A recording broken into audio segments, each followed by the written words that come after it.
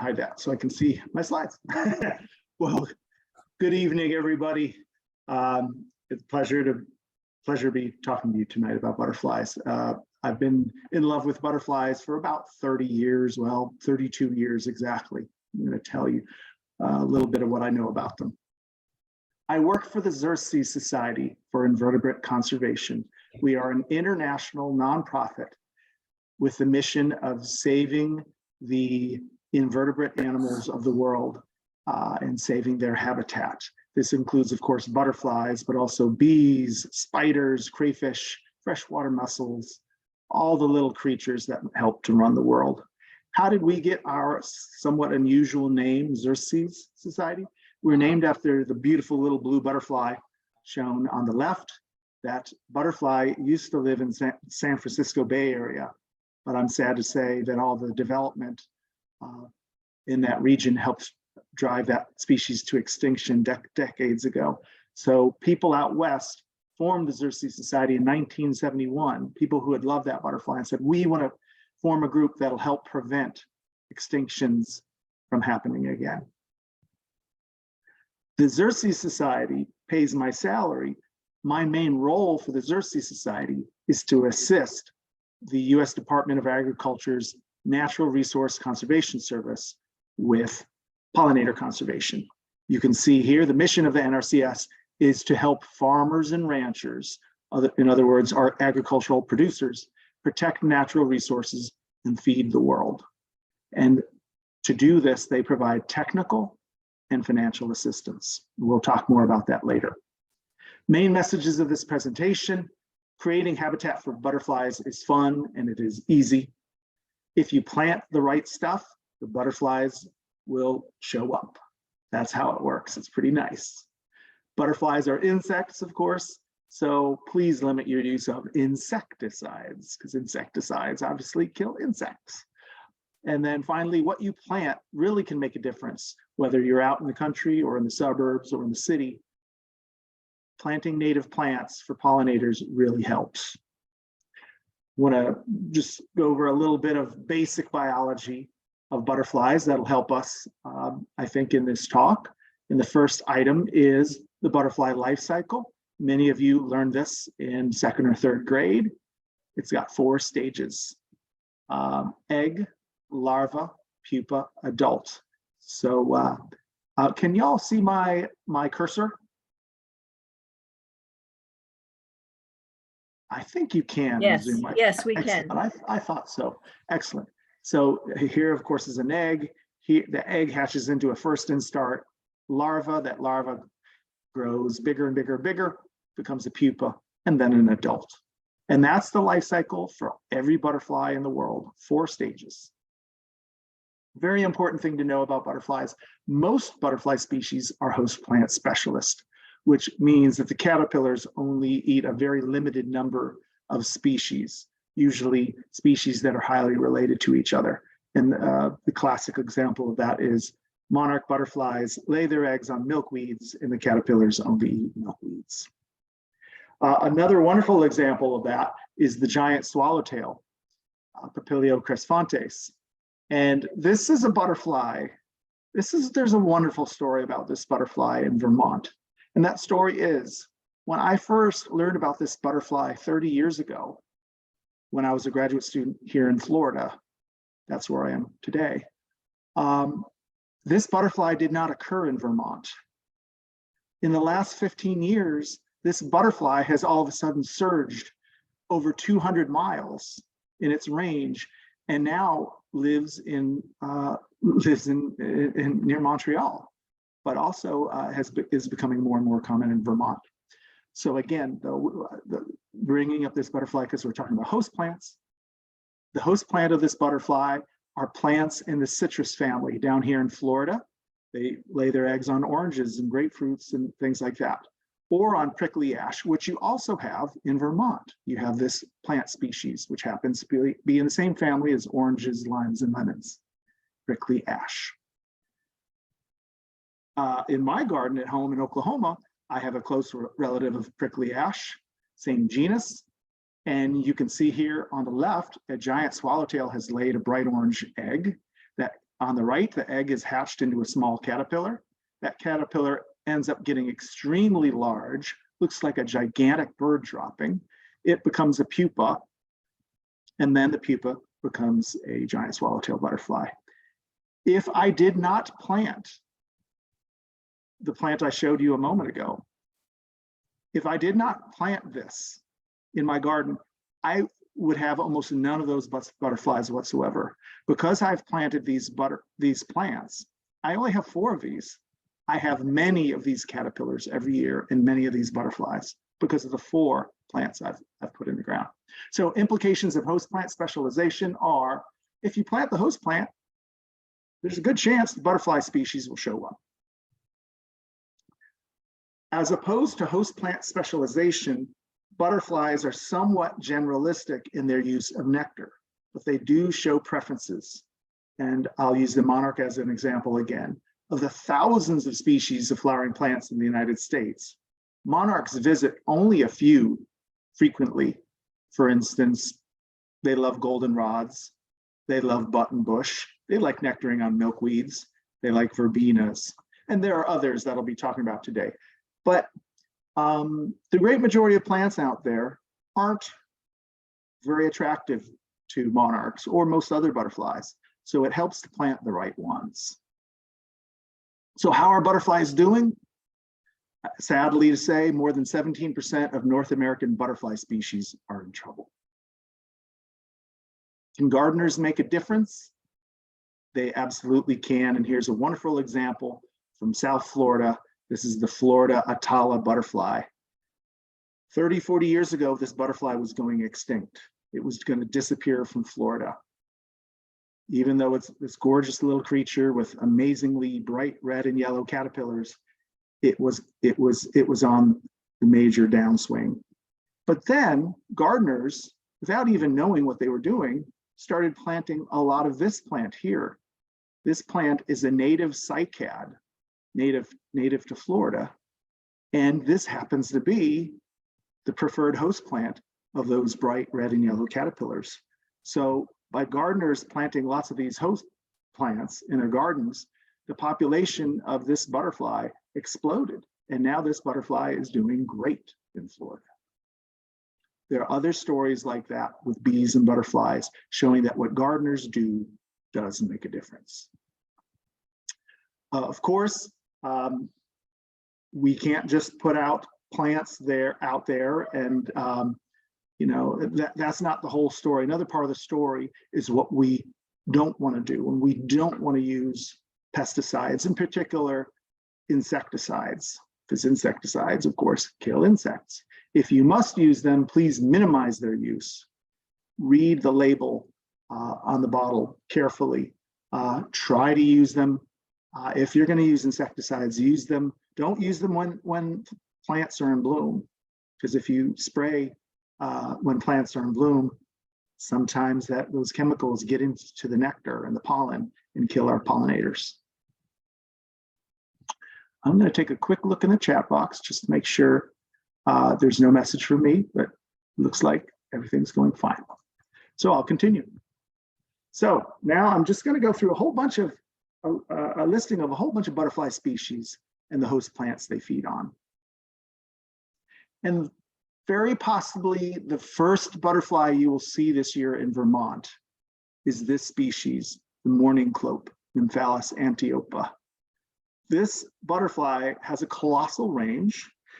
To my knowledge, it occurs over most of North America, Europe, and Asia. It overwinters. It overwinters where it lives. It does not migrate. So these are overwintering as adults, hiding in cavities in trees in Oklahoma, but also in Vermont. And as it warms up a little bit more in spring, these are going to start coming out, probably the very first butterfly. Now this, when you look at it at this view, the ventral view, it doesn't look all that bright and beautiful. In this view, it's sort of hiding from predators, but take a look at that view, the dorsal view, really, really gorgeous. Once again, the mourning cloak. And what could you grow to attract mourning cloaks? Well, mourning cloaks don't go to flowers very often. The adults don't use flowers often. They're more likely to eat tree sap or rotting fruit or coyote dung or something like that. There are a whole bunch of butterflies like that. But you can plant the host plants for the caterpillars, and that includes black willow and other willows and a variety of other trees that would grow just fine in Vermont. But black willow is an obvious choice for the mourning cloak and the viceroy, which I'm not featuring here today, and a few other species. My favorite butterfly of all, the one I work on the most, the monarch, Danaus plexippus. As I've already mentioned, as you probably already know, they use milkweed. So I've got a question for you. Just think about this one. How many species of milkweeds are there in Vermont? I'll give you a few seconds to make your choice inside your head. The answer is 7. There are 7 milkweeds native to Vermont. Now, here's the question. How many are native to the United States? And the answer is more than 100. Milkweeds are an extremely diverse group. And here in the southern US, whether I'm here in Florida right now on vacation or when I'm home in Oklahoma, we actually have milkweed vines, multiple genera of milkweed vines that monarchs like quite a bit.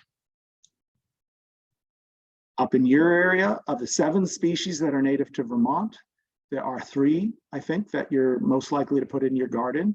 This one, of course, common milkweed, grows in a great variety of places in New England. Roadsides, it might be just come up in your garden on its own, forest edges. When a lot of people think about milkweeds, this is the milkweed they think of. Here's another view of it. They can be very abundant in some areas because not only do they spread by seed, they spread through underground rhizomes, and they can spread very rapidly that way. This shows the range of the common milkweed. This is a map by Bonap. Bonap, if you want to learn where plant species occur in the United States, just do a Google search for Bonap in the genus of the plant. Bonap stands for Biota of North America project, and it's amazing. They produce these wonderful range maps. And in this map, the light green indicates counties where the plant is native to. The yellow indicates the plant is native to that county, but it's rare in that county. Okay. Next species. Okay, swamp milkweed. This is an easy one to grow. It really likes wet areas, but you can grow it in regular garden soil. Asclepias incarnata. It's got beautiful pink flowers. Monarch caterpillars love gobbling up this one, and many butterflies love nectaring at this. This one, butterfly milkweed, is my personal favorite. It's a very long-lived perennial with a very deep taproot. The flowers are usually bright orange, but here in Oklahoma, we get some that are almost red and some that are very light yellow. So there's enormous color variation in the species. I find it really beautiful, but you have to have well-drained soil. This is a plant that hates heavy clay. So sandy soil is great, or even a rocky soil, but a clay soil is not appropriate for this species. This species has a huge range, as you can see. It's native to all these counties in light green, but look at Vermont, New Hampshire, and Maine. We see orange. The orange signifies that this species has disappeared from these states. Now, I know the species is still there, but it's growing in gardens. What the orange is saying is that the native populations, the natural populations that were there 200 years ago, 300 years ago, 100 years ago, have disappeared, which is sad. But go ahead and plant it in your garden, please. Help bring it back in Vermont. What species of caterpillar is this? A lot of people, when they see these, they think it's a monarch caterpillar. It looks like a monarch caterpillar, but it is not. This is the caterpillar of the black swallowtail butterfly, shown on the right. And on the left, you see a parsley plant from my garden covered with black swallowtail caterpillars. I don't really know what carrot family plants are native to Vermont. So I do recommend, until I were to learn that, I simply recommend that you plant the exotic carrot family plants like parsley, dill, fennel, carrot, cilantro. These caterpillars love all of those plants. And of course, if the caterpillars don't eat them, you can. Tiger swallowtail, very beautiful, large, glamorous species. You actually have a swallowtail in Vermont that's more abundant than this one, called the Canadian tiger swallowtail, but I failed to get pictures of that one. I apologize. Tiger swallowtail, very showy. How to attract that to your property? Plant some black cherry. This is a great host plant for the tiger swallowtail. Of course, you can grow flowers, and we'll talk about those flowers later. The Baltimore checker spot. I've seen these once in my life on a rural portion of the Cornell University campus in 1989. And I miss that butterfly so much. But when you move to Florida, California, and Oklahoma, like I have, you're not going to see this butterfly. But you in Vermont can see this extremely showy butterfly. And one way to attract it to your garden is to plant turtlehead, Colonie glabra, which is quite an attractive native wildflower. Again, the Baltimore checker spot, also known as the Baltimore. And to get it, plant its host plant. And there are other host plants for this one as well. Common wood nymph. This one is so different from so many of the other butterflies I've shown you because it's more drab. It's quite brown, but they're pretty large. And I find them delightful. They're very slow, and their strategy is to stay hidden most of the time. From what I've read in studies, they're quite tasty to birds. So they need to use camouflage so that they don't get eaten. And they spend a lot of time hiding. And despite the name common wood nymph, they'll live in your garden, they'll live in grasslands. They're actually extremely common in wide open Oklahoma prairie. And to have that butterfly, consider growing some native grasses like big blue stem. Here, I apologize. Later on, I mentioned it's the host plant of the Delaware skipper. It's also the host plant of the common wood nymph. Big blue stem, Andropogon girardii. It gets quite tall, but it's a terrific host plant for a number of butterfly species. The sulfurs are our yellow and orange butterflies, or some of our white butterflies are in the same group. And on the left, you see a clouded sulfur that I found being eaten by a gorgeous little yellow crab spider. The butterfly went to nectar on the flowers. The spider is smart. It knows that butterflies like these flowers. And so it was hiding there, grabbed the butterfly, and it's going to killed it and sucked out its life forces. Sad story for the butterfly, good story for the spider. They lay on legumes. I don't know much about the native legumes of Vermont. I apologize, but I'm showing an exotic legume that I think you all know, white clover. We certainly had this in our yard growing up outside of Rochester, New York, white clover. Painted lady butterfly. This is a butterfly that actually migrates longer distances than the monarch. It uses thistles as the host plant and other plants in the aster family or the sunflower family. So if you want to have painted ladies, plant some flowers, but also plant host plants like thistles and asters. I'm going to check the time to see how I'm doing. Now I'll show a few species that are closely related to each other. The American copper, which I have not seen since I was a boy living in New York, I'm sad to say. The gray copper, which I do get to see in Oklahoma, but you have these in Vermont. And the bronze copper, a really showy really showy butterfly, also in Vermont. These three coppers, the American copper, gray copper, bronze copper, all use this plant as their host plant. Now, this plant is from Eurasia. And I remember seeing this plant growing up in weedy spots in New York, and I always thought it was pretty unattractive. But the butterfly caterpillars love it. So maybe leave, if you find these on your property, leave them alone, because now that you know that these are feeding the caterpillars of those three butterflies I just showed you. I haven't mentioned skippers at all. Skippers tend to be very small. There are many species of skippers in the United States. They tend to be small and to be extraordinarily zippy. Like they'll go from one flower to another in less than a second. They're very hyperkinetic. And this is one of the more attractive skippers, the Delaware skipper. It's bright orange.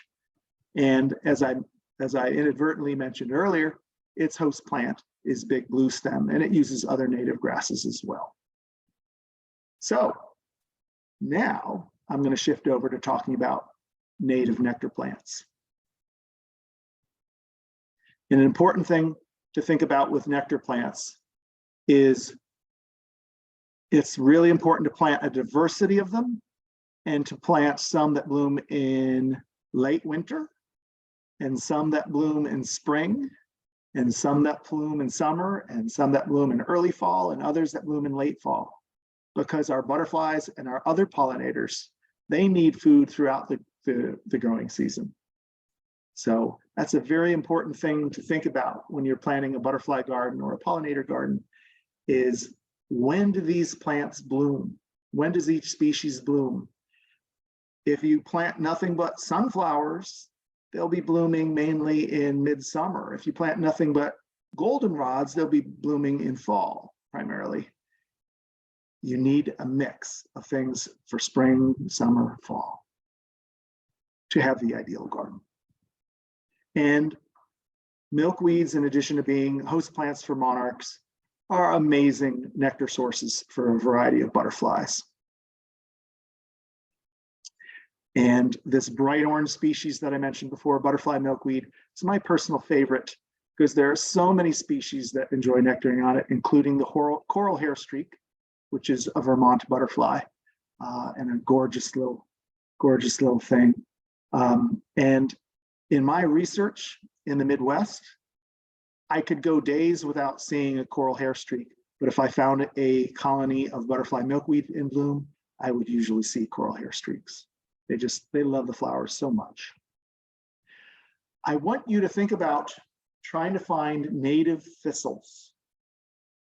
Native thistles have been here for thousands of years, and they tend not to take over. I have to mention that all thistles, whether they're native or exotic, are highly desirable to butterflies because they have copious sweet nectar. But the exotic thistles tend to spread rapidly, especially in farmland. So we discourage you from having exotic thistles on your property, but we encourage you to have native thistles like swamp thistle or field thistle that I mentioned on the right.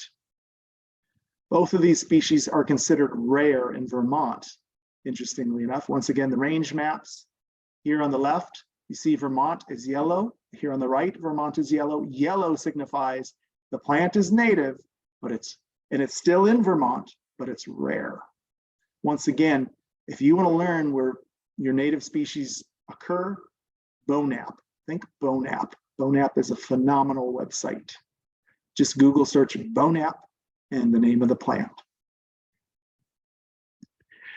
We at the Xerces Society are such big fans of thistles, of native thistles, that we've produced a 92-page book on how to grow thistles, how to distinguish good thistles from bad thistles, how to fight pests on thistles, how to propagate them, et cetera, et cetera. If you're interested in getting the PDF of this document, just search Xerces Thistle Guide. Coneflowers are both beautiful and loaded with nectar. The main one that people plant in gardens in the eastern US is purple coneflower. Interestingly, when we look at the range map, purple coneflower is really native to the Ozarks and the Mississippi, the lower Mississippi River Valley, the Ohio River Valley. But when we look at the turquoise in New York and Vermont, that signifies that this species is not native to New York or Vermont, but populations have become naturalized in those states. A purist would say, don't plant purple coneflower in Vermont because it's not native to Vermont, it's native to Arkansas. But I think you can go ahead. If I lived in Vermont, I'd be planting purple coneflower. That's just I'm not a purist. It's so beautiful and so attractive to pollinators and really very easy to grow.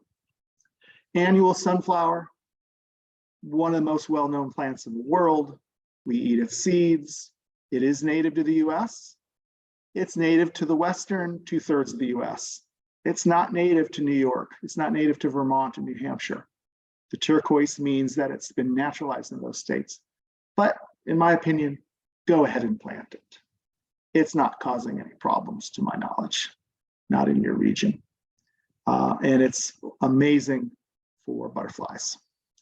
Here's another one, not native to Vermont, native to areas just west of Vermont, Jerusalem artichoke. Jerusalem artichoke is not from Jerusalem, and it's not an artichoke. It's actually a perennial sunflower, native to the US. Gorgeous flowers, great for bees and butterflies, and it produces these edible tubers, which chop them up, saute them in olive oil and garlic or rosemary. They're delicious. I know people who are selling these for $10 a pound. So Jerusalem artichoke, something to consider growing, but please, please, please, if you plant these, don't plant them in a mixed bed. Plant them somewhere by themselves, because this plant can take over very rapidly by rhizomes. This sunflower is native to Vermont, woodland sunflower, very pretty, great for pollinators. Joe pieweed is native to Vermont, 2 species are. Really great nectar. Here is a mint, native to Oklahoma and Vermont, wild bergamot. I love this plant. It is very drought tolerant. It even survives 110-degree temperatures here in Oklahoma, but it does well in Vermont as well. And bumblebees and butterflies love it. Monarda fistulosa. A close relative to that is Oswego tea. I grew up pretty close to Oswego, New York, so I love the name. Oswego tea got its name because, yes, people in upstate New York would harvest the leaves and turn it into an herbal tea.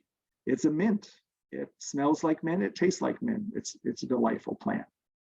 And hummingbirds love it, as many of you probably know, but so do bees and butterflies. Goldenrods. I think you're probably very familiar with goldenrods. You have many species of native goldenrod. Here's just one of them. And then asters, New England aster, very prominent plant in your region. Gorgeous plant, terrific for butterflies. Symphyotricum novae anglii. This is a case with a Latin name. You can understand what it means. Obviously, novae means new, anglii means England. It's the New England aster. There's also a New York aster. I grew up in New York. I never saw this one, but I'm learning more about it. It's becoming part of the wildflower trade. Quite beautiful. And it is native to Vermont. I think this is my last nectar plant. So I want to emphasize this one. Slender mountain mint attracts more different species of pollinators at one time than any plant I've ever seen. I had a clump of it, well, it was this very clump, planted along my pond. It doesn't need wet areas. I just happened to plant it next to the pond. And I had 25 different species of pollinators feeding at these flowers at the same time. Bees, butterflies, flies, beetles, moths. It was amazing. Here are some examples. We've got an American lady butterfly on the left, nectaring on it. We've got a silvery checker spot on the right, nectaring on. Slender mountain mint. Strongly encourage you to grow this plant in your garden. It is native to Vermont. Want to point out that there are some wonderful programs in your region, some wonderful gardens, including at the University of Vermont campus. I'm very happy to say that the University of Vermont has become a bee campus. Bee Campus USA and Bee City USA is a program administered by the Xerces Society. So if you're associated with a different campus or with a city or town in Vermont that isn't a bee city yet, please consider becoming a bee city. And by doing that, you'll encourage your city to plant great flowers for butterflies and bees. Okay, now I'm going to talk a bit about, not about gardening, but about larger scale habitat restoration for butterflies. And I got some wonderful examples from my coworker, Emily May, who I believe lives in Middlebury, Vermont. These are photos from a site where they were doing a large scale habitat planting in West Windsor. And what we see here is site prep. They're getting rid of whatever was there before, probably some weedy grass from Europe, like Timothy or fescue or Kentucky bluegrass or something like that, getting rid of some weedy grass that would compete with the wildflowers. So this shows, this is the initial step, is getting rid of the weeds. And there are many different ways to do it. We won't go into that today. After getting rid of the weeds, you can sow the seeds of the native wildflowers. And a few months after you sow the seeds, it can look like this. You can have a lot of flowers. Mainly the things that will bloom are the annuals, like annual sunflower, and some perennials that grow very quickly. Year two, there are going to be fewer annuals blooming. They tend to disappear. But what we see here is a lot of Joe Pye weed. It's just starting to bloom. But eventually this site is going to be very, very purple and loaded with bees and butterflies.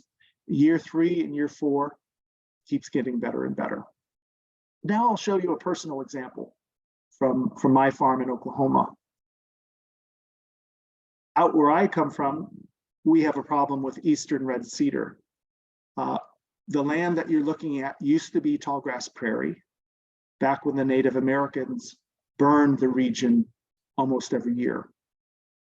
But now that that's been stopped, the cedars are taking over and the tallgrass prairie is being converted into cedar forest. Underneath the cedar trees, no wildflowers grow, and it's similar to a barren desert for pollinators. So we got some help to chop down the cedar trees.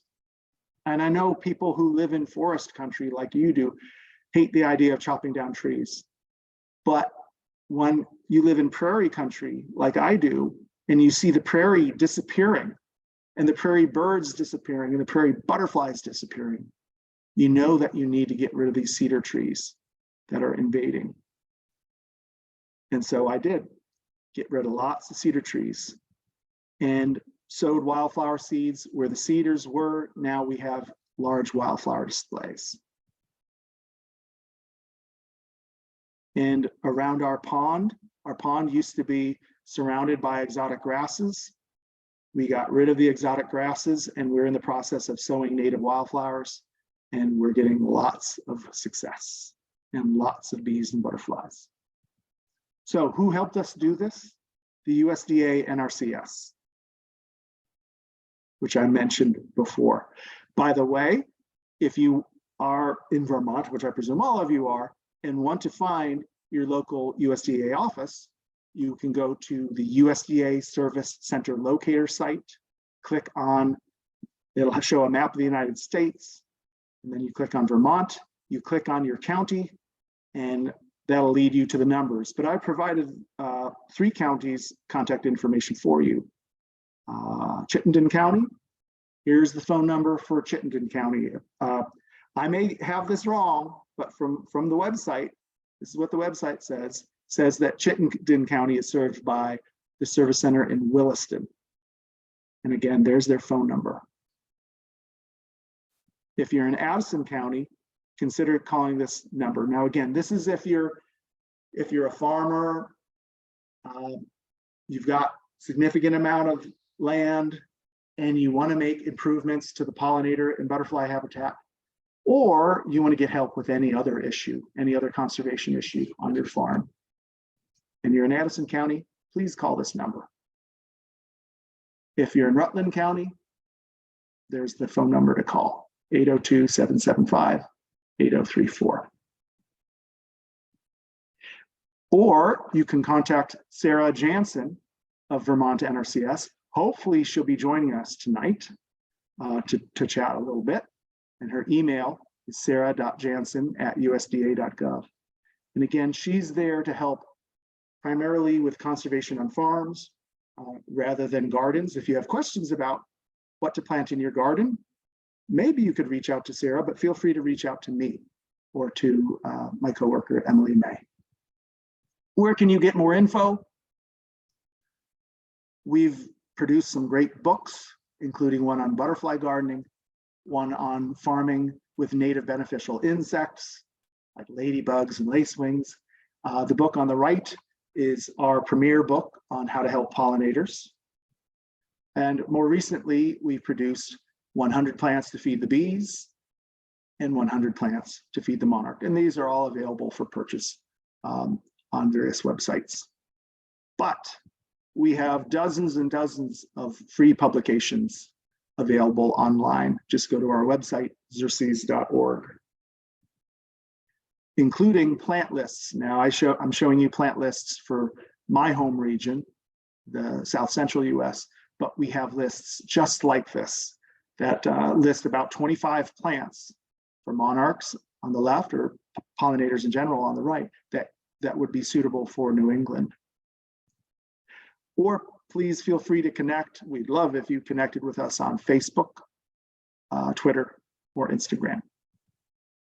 And I want to tell you about something that has nothing to do with butterflies, but fireflies. This is brand new.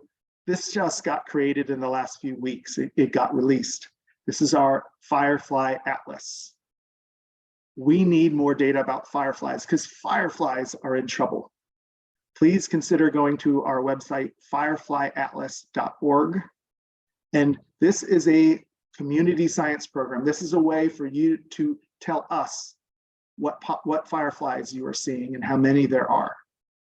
So we would love if you went out this summer, looked for fireflies, and then reported what you saw to this website.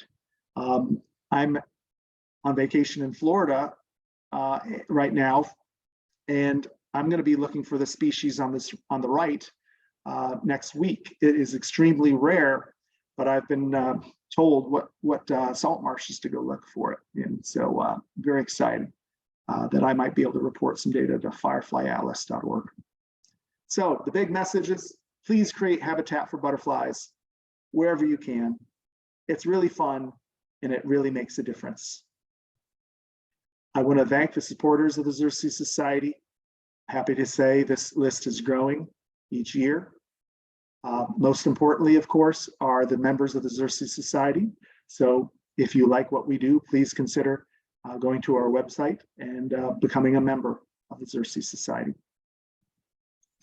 If you have questions, I think there might be time for questions tonight, but I'm hoping, but if not, please take a photo or write down my email address.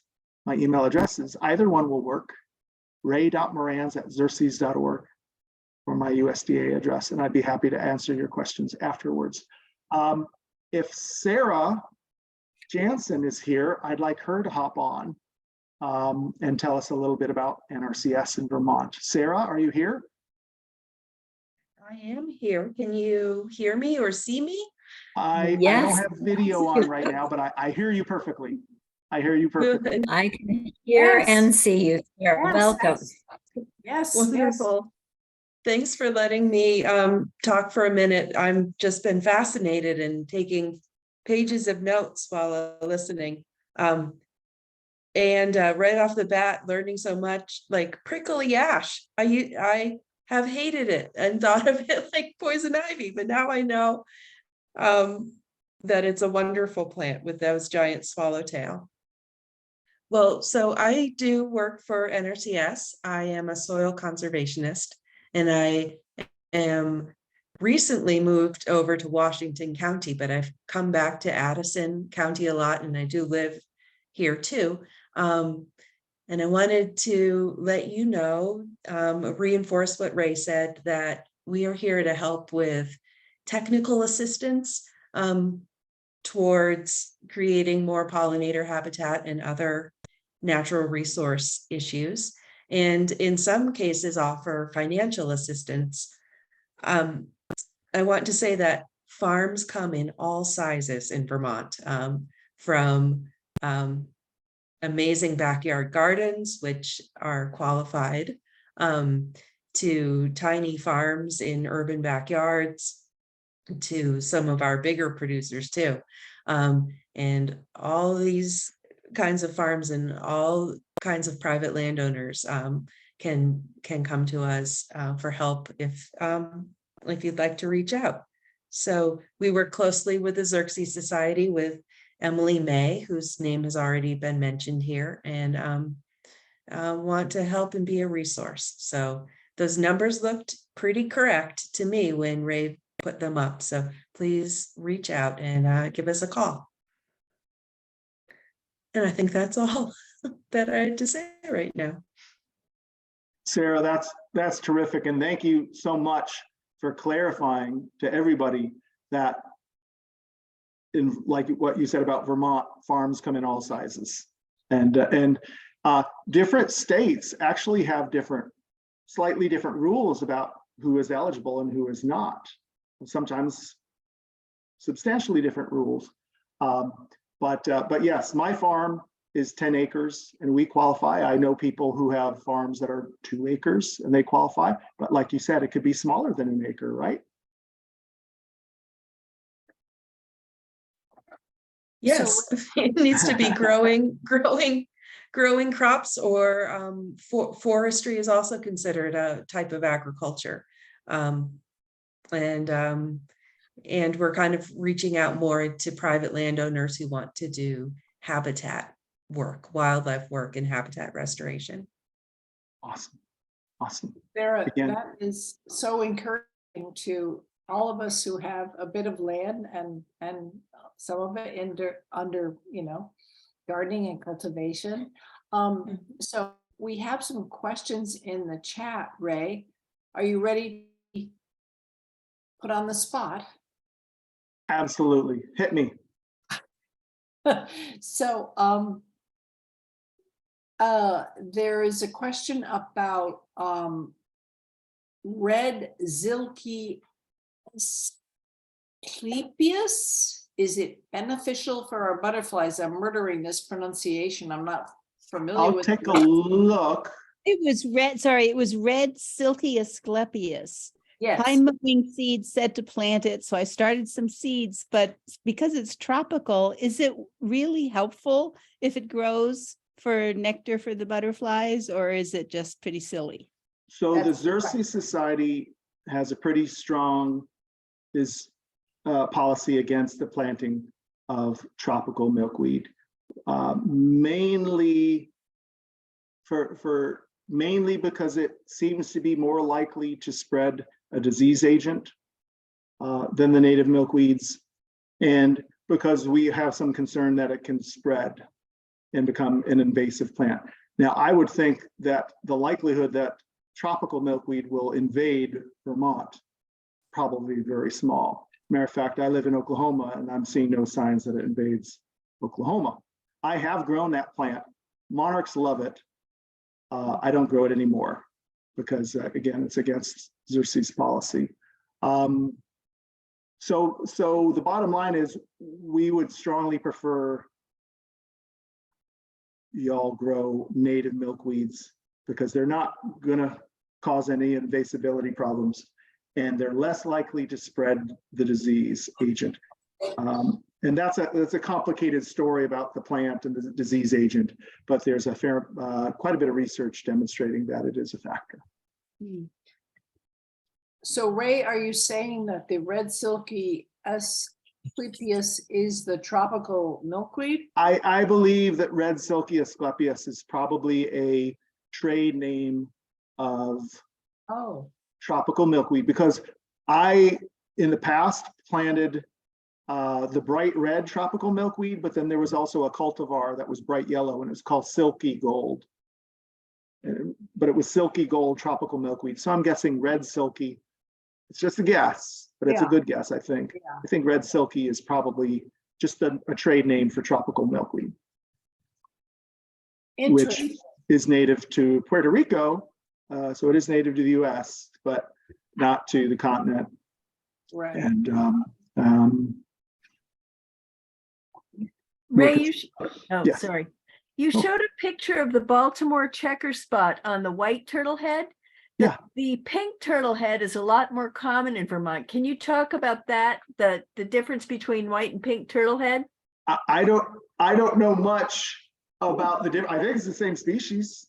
I'm not sure. But they do, from what I could tell, they use both. From my searching online for that plant, because again, I haven't lived up north in decades, and that plant does not occur in the deep south where I live. From what I could tell, it occurs in white and pink forms. If you folks know different, please correct me on that. But I think the white flowered one and the pink flowered ones are the same species, just different phenotypes. Interesting. Ray, Susan says the blunt mountain mint is also a pollinator magnet. Did she say blunt mountain mint? BLUNT. Yeah. I haven't heard of that one, but any mountain mint I've grown is amazing Yeah. for pollinators. So I have another species that's called hairy mountain mint, which might be the same as blunt mountain mint. Who knows? With common names, you never know. Yeah, right. And that species had as many as the slender mountain mint, but mountain mints are astoundingly good for pollinators. So good to know. Hey, there's another question about, should I use my limited beds for 1 or 2 plants or plant a few of each of the recommended ones for pollinators? So I think this person's asking if they should just have a big stand of a couple plants or a variety. I would have a variety. That's what because it's more fun for us, because variety is the spice of life. But I actually think now there are some cases where if you only plant a little bit of the host plant, maybe it's not enough for the caterpillars. So it does help to plant in groups. So for instance, if you were to plant butterfly milkweed, the bright orange one that's in my background, that's what Oklahoma looks like, by the way, folks. It's not as brown as people think. Plant a couple of those to make sure there's enough for the caterpillar. But yeah, I would plant multiple species rather than a single bed, because a bed of a single species, because that single species might bloom for a few weeks and that's it. And then you won't have flowers the rest of the year.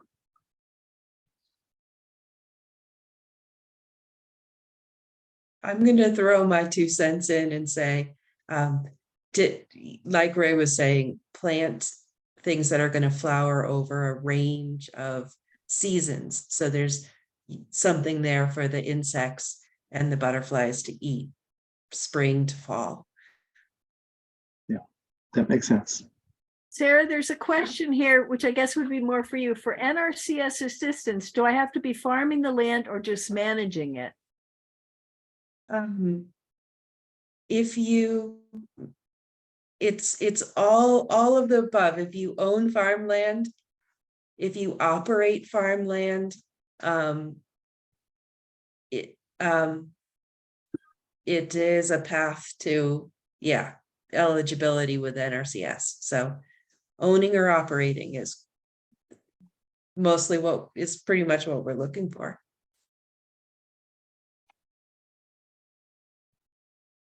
That's so interesting.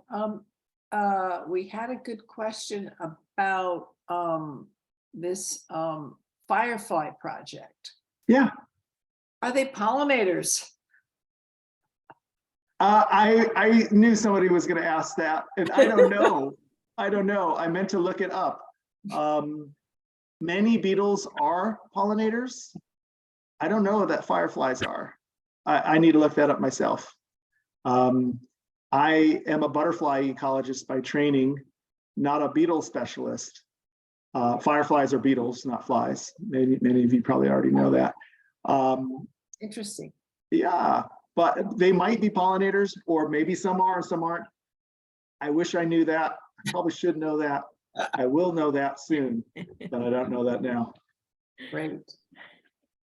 This isn't a question, but Sharon mentions that the second Vermont Butterfly Atlas is starting this spring, which is a 5-year project.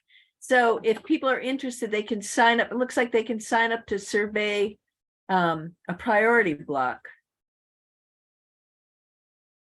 That sounds like so much fun. It does, yeah.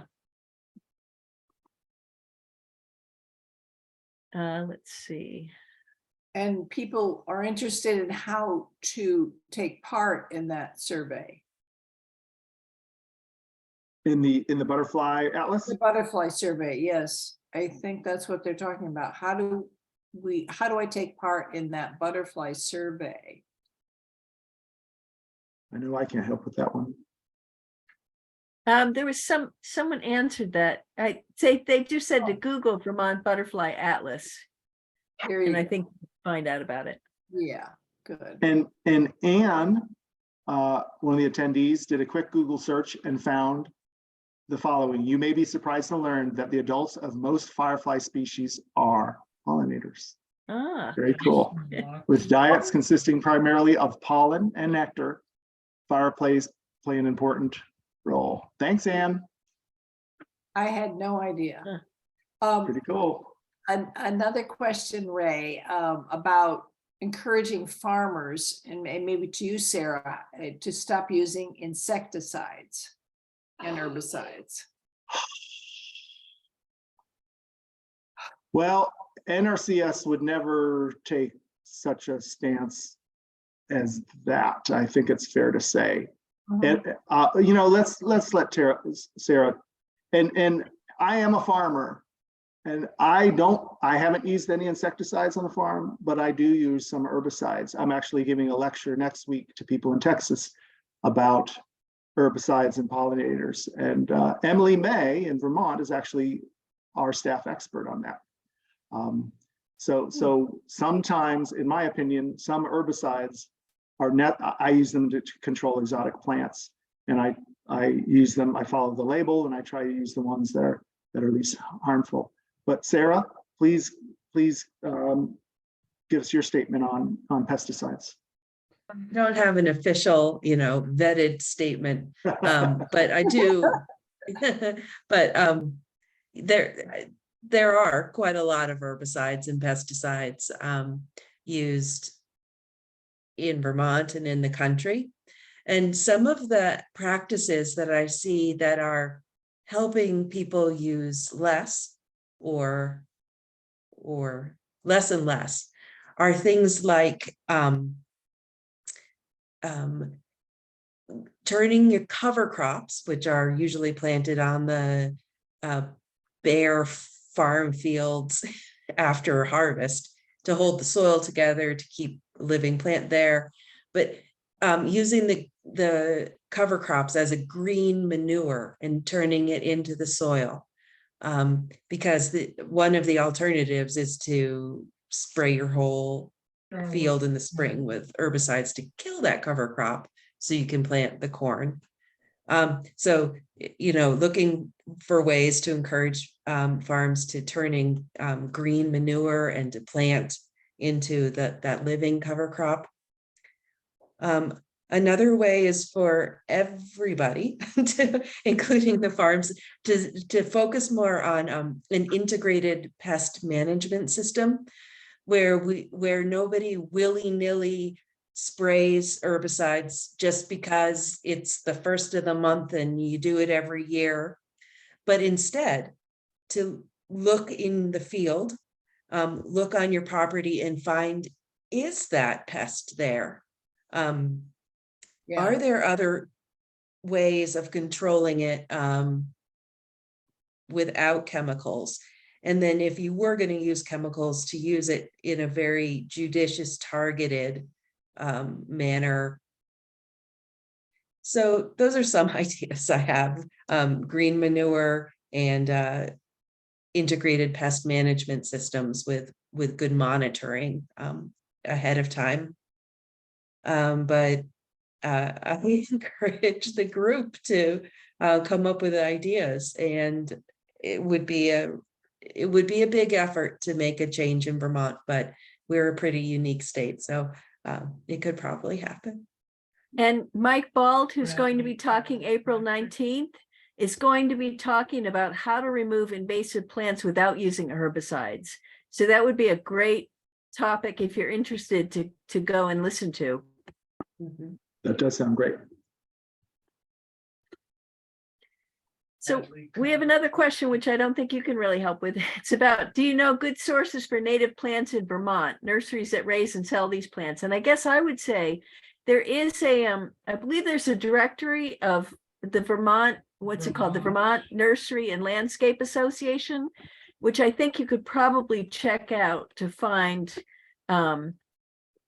who is raising and selling native plants. And I guess I'll put my bias in here, which is that it's always good to ask if you're making sure that you're buying plants, that they're not using neonicotinoids on the plants. So that's just one little thing to check for when you're buying plants. I participated with coworkers in a study of milkweed plants being sold at nurseries across the country. And I went to nurseries in Oklahoma. My coworkers went to nurseries in their states. We purchased milkweed plants. We took leaves and we put them on ice and shipped them to Cornell. And Cornell analyzed them and searched for pesticides, both insecticides, herbicides, and fungicides. And most of the milkweeds that were being sold had some bad stuff in them. So yes, and that's just milkweeds for an example, but plenty of the other garden plants we buy get treated, and if you're a nurseryman or woman and you need to, your livelihood depends on selling nice looking plants, then you can understand that can be necessary. But as the consumer, ask, because if you can find them, buy plants that haven't been treated or have been treated with organic pesticides or again, treated not at all. You need to be a careful consumer.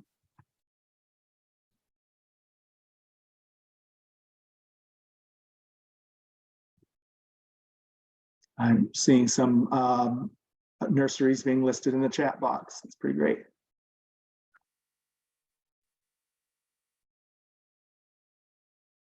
And Dana posted that black swallowtail uses Zizia aurea in Vermont. I grow Zizia aurea in Oklahoma. It's I don't really find it in the native landscape, but yes, thank you for pointing that out. I had forgotten about that. That is Zizia aurea is a native plant in the carrot family that black swallowtail caterpillars love. And there's a question here about, is Miracle Grow bad for butterflies? Miracle Grow is a fertilizer, right? Typically, if it's just Miracle Grow fertilizer, I don't see why it would be bad for butterflies. If it's Miracle Grow plus something else, like a pesticide, then that could be an issue. But the Miracle Grow I've used at times, is just a fertilizer, which shouldn't be a problem. And there's another one about how about putting more native plants in hedgerows and at the sides of fields to allow for more beneficial insects? I just read that comment and I'm inspired. Yes, we've had a lot of conversations about how, and Ray, you can say something about this too, about how native insects are incredible pest control. And they're also so important for pollinating our crops like strawberries, tomatoes, squashes, blueberries. And we need to have habitat for those animals to live their whole lives right next to our farm fields and provide these incredible services for free to our farms so we have food to eat. And NRCS is involved in encouraging and helping farmers plant more native habitat in what we call field borders and in hedgerows, and just increasing good native shrubs, trees, and plants in farms. And you should encourage your local farmers to jump in, especially if you have a farm with a CSA and you have like a really good relationship with those farmers. You can just find out what they're doing and give them a thumbs up.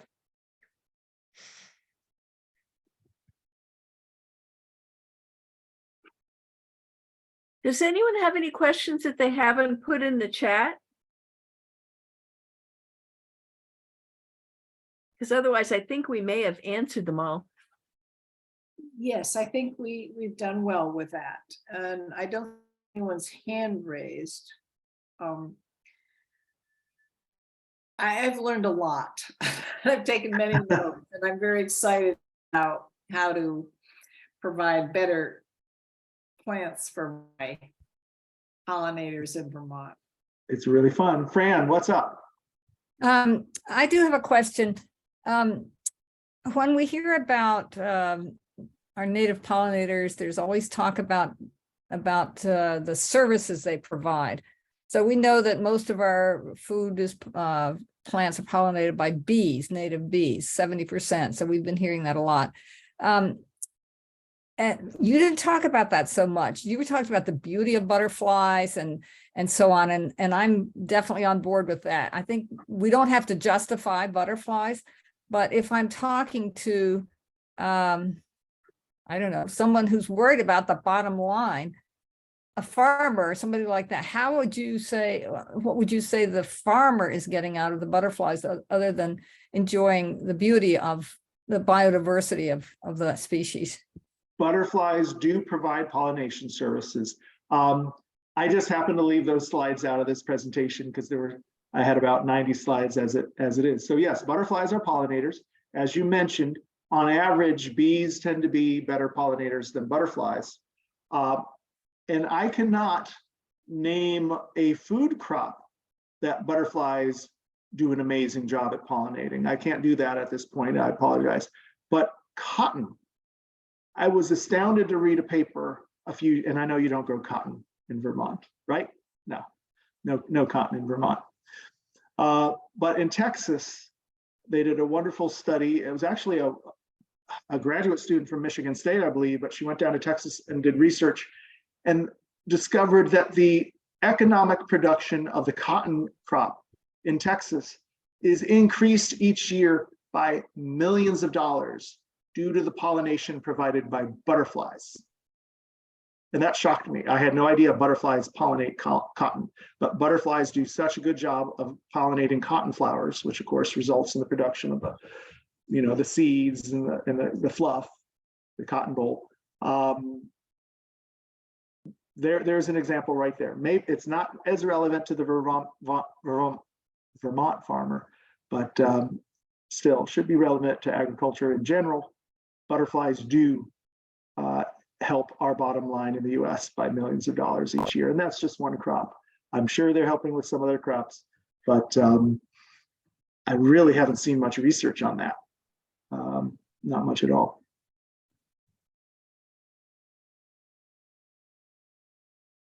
Any other questions? Oh, there are 3 new messages.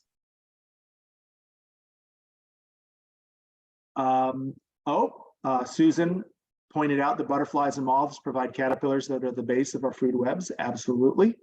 I have a slide on that I deleted from this presentation. So that was probably a mistake of mine. Yeah, absolutely. You gotta, the neotropical migrant birds that, like the warblers, Blackburnian warblers, black-throated blues, black-throated greens, those creatures spend the winter in the tropics and then come up to North America because we have so many caterpillars for them to eat. As our trees leaf out, there are all these insects that are eating those leaves, and the birds, that's what feeds the birds. And then another question from Mary Dodge. She asked, is it easy to grow milkweed plants from seed? Yes, the 3 species that I talked about the most, common milkweed, swamp milkweed, and butterfly milkweed, it's fairly easy to grow them by seed. If you were to scatter them in a meadow, it's maybe on average more difficult than some others because there's a lot of competition. But if you plant them in a pot, those 3 species are fairly easy to grow. I've grown all 3. Of those 3, swamp milkweed is the easiest I find to grow from seed, but I've had great success with butterfly milkweed. Where I live, it's pretty hot for common milkweed, so I don't plant that as often.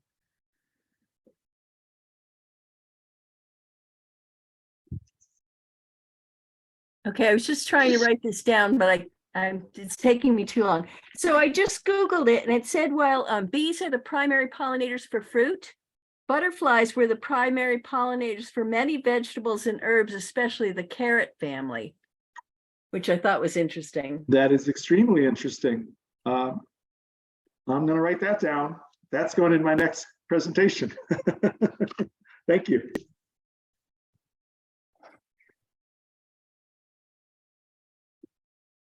Now, when we talk about vegetables, bumblebees are known to be amazing at pollinating tomatoes, for instance. And then squash bees, as you'd expect, based on the name, are amazing at pollinating squash, cucumbers, pumpkins, things like that. So what you mentioned is specifically things in the carrot family, right, Jenny? Yes, yeah. Okay. Awesome. I'll admit, none of my research has ever measured pollination services. My research for my PhD and my postdoc focused on abundance of butterflies and how that's impacted by prescribed burning and grazing and other factors. But so I do need to learn more about their value as pollinators, and I appreciate that y'all are teaching me. Great. Well, thank you so much, Ray.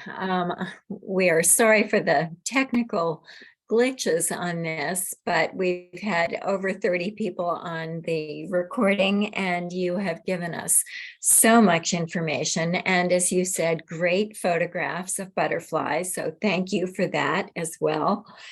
And an email will be coming from us with links and a recording of this program, which will also go out to the people that were not able to get on. And I think our email is in the chat also, the Pollinator Pathway, Addison County at gmail.com. So thank you so much. And Sarah, thank you for coming on too and giving us information about NRCS. Yeah, I want to thank Sarah. You're a phenomenal addition, and everybody out there in Vermont, take Sarah up on the offer. Reach out to NRCS. They've really helped my wife and I conserve resources on our farm, and through advice and financial assistance. So they have a lot of employees across the nation doing good work. They're all doing good work. Take advantage of their talent. Yes. So Thank you so much. Go out and plant, and we'll see you again in April. And it will work that time. Yes. Promise. See you, everybody. Have a wonderful night. All right, thank you.